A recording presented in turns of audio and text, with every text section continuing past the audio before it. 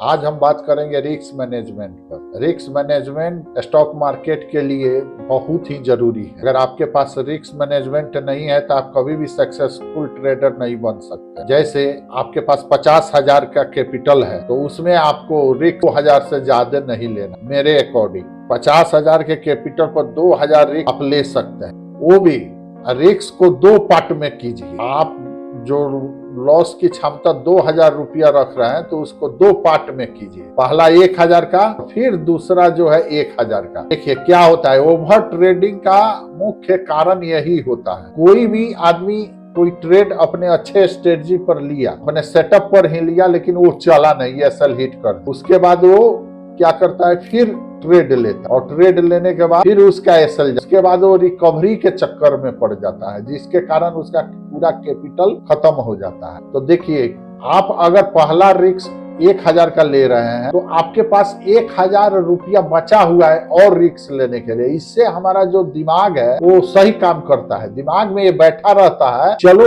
ये रिस्क लिए हैं 1,000 का, अगर ये मेरा सेटअप नहीं चला, स्ट्रेटजी नहीं चला, फिर मेरा रिस्क 1,000 का बचा हुआ है, तो आपके अंदर डर खत्म होता है। और डर खत्म होने से आपका ट्रेड बिल्कुल ही सही चलेगा, आप उसमें रुके रहिएगा, क्योंकि आपके दिमाग में हमेशा ये हंट होते रहेगा कि मेरा 1,000 का लॉस अभी बचा हुआ है, और आप उस ट्रेड में होल्ड कीजिएगा जो आपको प्रॉफिट में निकाले। इसको ट्रेडिंग के लिए बहुत जरूरी है रिस्क। और कभी भी अपने कैपिटल का 100% यूज मत कीजिए।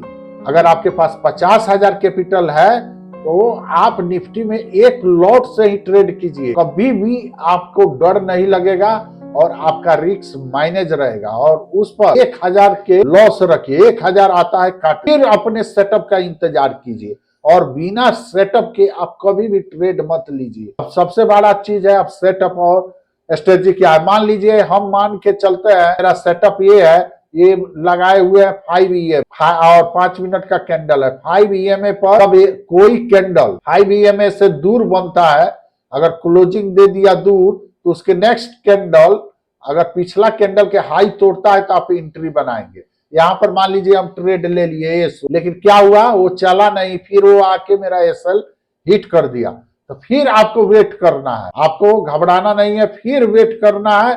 और चूंकि आपके पास 1,000 का रिस्क बचा हुआ है तो आपको फिर क्या कर, फिर अपने सेटअप के इंतजार करना है।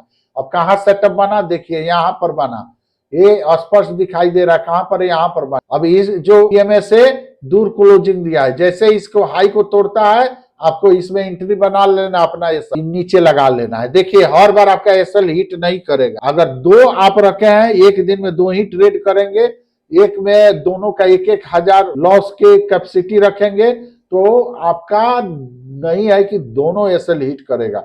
अगर किसी दिन दोनों एसएल हिट किया तो आप अपने कंप्यूटर को, ट्रेडिंग को बंद कर दीजिए। वो समझ लीजिए कि उस दिन वो आपसे पैसा छीनने के चक्कर में है मार्केट। उस दिन आप अपने कैपिटल को बचा के अपने घर जाइए, फिर नेक्स्ट डे आइए। आप इसी तरह नेक्स्ट डे भी आप ट्रेड कीजिए, 2 पार्ट में बांटिए, तो और 2 ट्रेड। देखिए सबसे बड़ा है रिस्क को लोग समझता नहीं है, जिसके कारण उसके अंदर डर आ जाता है और सही ट्रेड में भी रुक नहीं पाता है।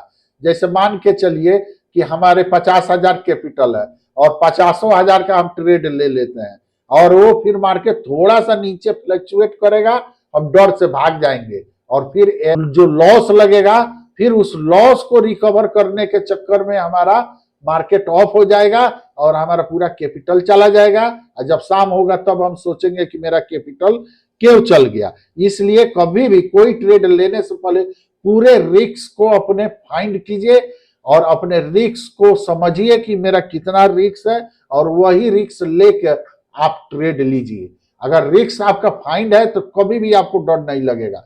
दूसरा चीज, हमेशा 2 पार्ट में कीजिए। भाई देखिए, इसमें मैं भी इसी तरह काफी ओवर ट्रेड करता था, बराबर लॉस में रहता था, लेकिन जब से हमने अपने रिस्क को समझ लिया, रिस्क को मैनेज करने का तरीका जान गया, मैंने उसी को रिस्क लेने के 2 पार्ट में बांटा। मैं जानता हूं कोई भगवान नहीं है, कोई एक बार कोई ट्रेड लेगा तो जरूरी नहीं है कि वो ट्रेड चलेगा ही। इसीलिए 2 पार्ट में बांटिए।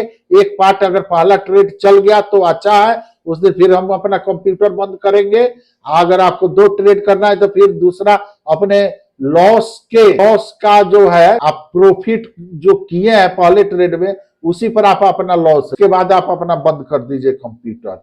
इसी तरह अगर जब तक आप इसको रिस्क मैनेजमेंट को समझिएगा नहीं, कभी भी आगे नहीं बढ़ सकते भाई। इस चैनल पर बहुत सारे हमारा जो है एक से एक स्ट्रेटजी, एक एक सेटअप है। आप इस चैनल को सब्सक्राइब करें, फिर नेक्स्ट में आपको बहुत बढ़िया बढ़िया चीज लाऊंगा और आप लोग इसको लाइक कीजिए।